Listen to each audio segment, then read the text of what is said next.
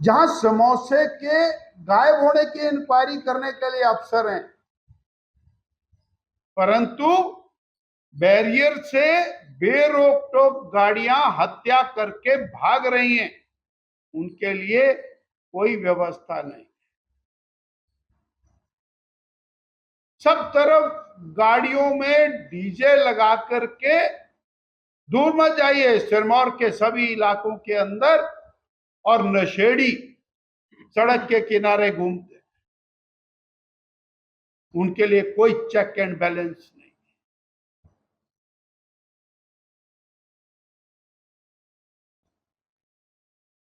खनन माफिया मंडी में sub divisional magistrate को दौड़ा दौड़ा करके पीटता है, उसकी हड्डी तोड़ देता है नाक की, कोई कार्रवाई नहीं।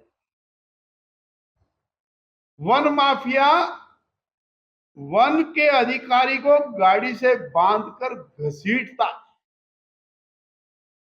फिर उससे माफी मंगवाता, फिर उसको दौड़ाता है। ये सुखविंदर सिंह सुक्खू जी का हिमाचल प्रदेश सरकार का राज, और इसी के अंदर ये ओबीसी गरीब समुदाय से आने वाला बालक, इसकी नृशंस हत्या हो गई।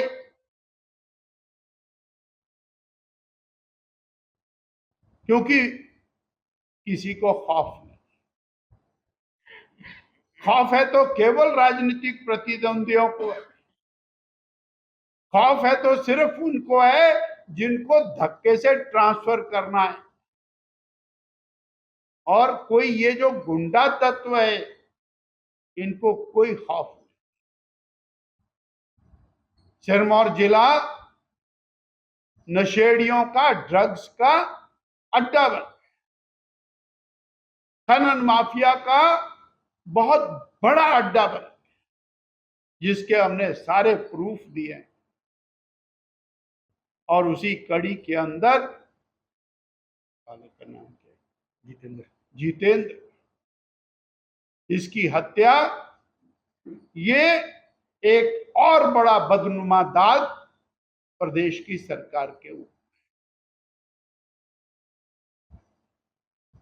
हम एसपी साहब को मिले, हमने उनसे आग्रह किया कि इस पे तुरंत कार्रवाई होनी चाहिए। कल रात को कोई एक लड़का पकड़ा, कितने दिन बाद, अभी तो कोई क्लू नहीं। उस लड़के की गाड़ी वो आइडेंटिफाई हो गई है, वो गाड़ी नहीं पकड़ी जा रही है। जब उसके टुकड़े टुकड़े हो जाएंगे, स्क्रैप में चली जाएगी, उसके बाद पुलिस के हाथ क्या लगेगा? भय तो वो होता है कि उसी दिन पकड़ करके सीधी चीजें सामने निकल करके आ जाए। हम एक बात आपके माध्यम से बता देना चाहते हैं, हम इस तरह से प्रशासन को और लचर हालत में छोड़ नहीं सकते। हम अपने लोगों को मरने नहीं देने वाले। अगले 48 घंटे के अंदर अंदर सभी लोग जमीन से बाहर आने चाहिए जिन्होंने इस हत्या के अंदर और रोल किया है। अन्यथा पूरे गांव के सभी लोग और धरना करेंगे, प्रदर्शन करेंगे, और पुलिस प्रशासन सबके खिलाफ आवाज उठाए। दिनांक 30/5/2025 को कंट्रोल रूम नाहन में एक सूचना प्राप्त हुई कि पातलियो जो गांव है कालाम में, उसके साथ एक जख्मी हालत में कोई युवक पड़ा है। तो इस सूचना पर हमारी कालाम पुलिस स्टेशन की टीम पातलियो गांव पहुंची, और वहां पे जो ये जख्मी हालत में पड़ा जो व्यक्ति था, उसको हॉस्पिटल नाहन ले आया गया, और इसका यहाँ पर जो है प्राथमिक उपचार किया गया। और उसके बाद नाहन हॉस्पिटल से इसको हायर सेंटर के लिए रेफ़र कर दिया गया था। और ये जो है परिवार के लोग हैं, इन्हें ओजस हॉस्पिटल चंडीगढ़ जो है ले गए। तो उसके बाद पुलिस ने धारा 117 और 109 बीएनएस के तहत मामला दर्ज कर लिया पुलिस स्टेशन कालाम में और इनिशियल इन्वेस्टिगेशंस की, स्पॉट विजिट किया।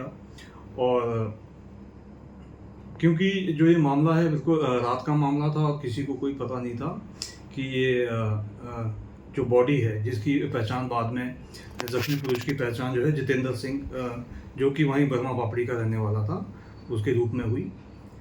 और इन्वेस्टिगेशन करने के बाद सीसीटीवी कैमरा फुटेज वगैरह उठाने के बाद हमें एक गाड़ी आइडेंटिफाई हुई जो रात को उज्जैन माजरी जो बैरियर है हरियाणा और हिमाचल का जो लगता बैरियर है, तो वहाँ से रात को सुबह के टाइम 4:12 में एक गाड़ी एंटर हुई और 5:02 में वो गाड़ी एग्जिट हुई। तो उससे हमारी इन्वेस्टिगेशन टीम को शक हुआ कि इसी गाड़ी में जो है ये लोग आए थे और मारपीट करके यहाँ जो है जितेंद्र कुमार को छोड़ के चले गए हैं। बट जब बाद में गाड़ी का नंबर वेरीफाई किया गया तो ये गाड़ी जितेंद्र कुमार की ही निकली। तो उससे हमारा संदेह और बढ़ गया कि जो इसके साथ जो लोग आए होंगे इसके जान पहचान के ही होंगे। फर्दर इन्वेस्टिगेशन करने के बाद जो जितेंद्र कुमार का जो दोस्त था मनीष के वेयर अबाउट्स के बारे में पता किया गया। तो वो खरड़ में रहता था, जो अपने पते पर उसने जब पुलिस टीम गई तो वहाँ पे था नहीं। तो CDR एनालिसिस के आधार पे और जो भी हमारी साइबर इन्वेस्टिगेशन थी उसके आधार पे इसका एड्रेस पता किया गया। तो ये पंजाब अमृतसर का रहने वाला था। तो हमारी अलग अलग टीमें मोहाली, अमृतसर, चंडीगढ़ और पंजाब के रवाना थी। तो कल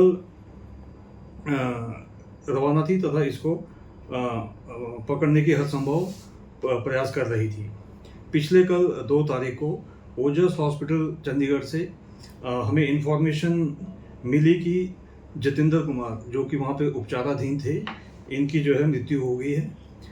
उसके बाद हमने डिजीज़ की बॉडी को नान हॉस्पिटल लेके आए। Doctor YS Parmar medical college में आज इनका पोस्टमार्टम किया गया। पोस्टमार्टम करने के उपरांत इसमें आज हमने जो है सेक्शन 103 BNS ऐड की गई, जो कि मर्डर की सेक्शन है। और आज ही जो है मनीष कुमार को जो है पंजाब से डिटेन करके कालाम थाना में लाया गया है। इससे पूछताछ की जा रही है और अभी इसे अरेस्ट कर लिया गया है। कल इसे माननीय अदालत में पेश किया जाएगा और फर्दर इन्वेस्टिगेशन के लिए इसका पुलिस रिमांड लिया जाएगा। कोई मोटिव पता चला क्यों हत्या क्यों की गई थी या कैसे हत्या की गई थी? देखिए, इनिशियली जो हमने इन्वेस्टिगेशन करी, पहले तो हमें यही इन्वेस्टिगेशन टीम को पता करना था कि इसे यहाँ मार के फेंका गया है, बाहर से मार के लाया यहाँ फेंक दिया है या यहीं पे मारा है। दूसरा चीज़ ये थी कि इसके घर के पास का स्पॉट है, तो यहाँ तक ये कैसे आया और इसके दोस्त साथ में थे। तो बट जब अभी इनिशियल इन्वेस्टिगेशन में हम इसी कंक्लूजन पर पहुँच रहे हैं कि जो मनीष है और जितेंद्र जो डिजीज है, ये इकट्ठे जो है खरड़ में रहते थे, दोनों दोस्त थे आपस में, ठीक है। और 29 तारीख की रात को ये दोनों और इनके साथ एक इनकी फ्रेंड थी, ये जो है रात को बाहर निकले, पार्टी के लिए निकले। इन्होंने कुछ ड्रिंक विंक भी किया है, तो पूरी रात बाहर ही घूमते रहे। अब जब ये यहाँ पे स्पॉट पे पहुँचे हैं पालियों के पास, तो यहाँ इनका कुछ पर्सनल इशू को लेकर कुछ बहस हुई है। तो उसी में एग्रेशन में जो है एक दूसरे से स्कफल के दौरान जो है इसको चोटें पहुँची है। तो बाकी अभी इन्वेस्टिगेशन जारी है। सारी इन्वेस्टिगेशन अभी हम नहीं डिस्क्लोज कर पाएंगे इनिशियली। जैसे भी जो भी फैक्ट्स आगे आते हैं हम आपसे शेयर करते रहेंगे। सर जस्ट वन क्वेश्चन, क्या ये वारदात तो उसी स्पॉट पे हुई थी जहाँ बॉडी मिली है या फिर ऐसा भी शक है कि कहीं बाहर से उनको? देखिए, इनिशियली तो अभी हमें लग रहा है कि यहीं पे ही हुए। बाकी इन्वेस्टिगेशन में कुछ आएगा तो डेफिनेटली आप लोगों से शेयर करेंगे। Thank you very much.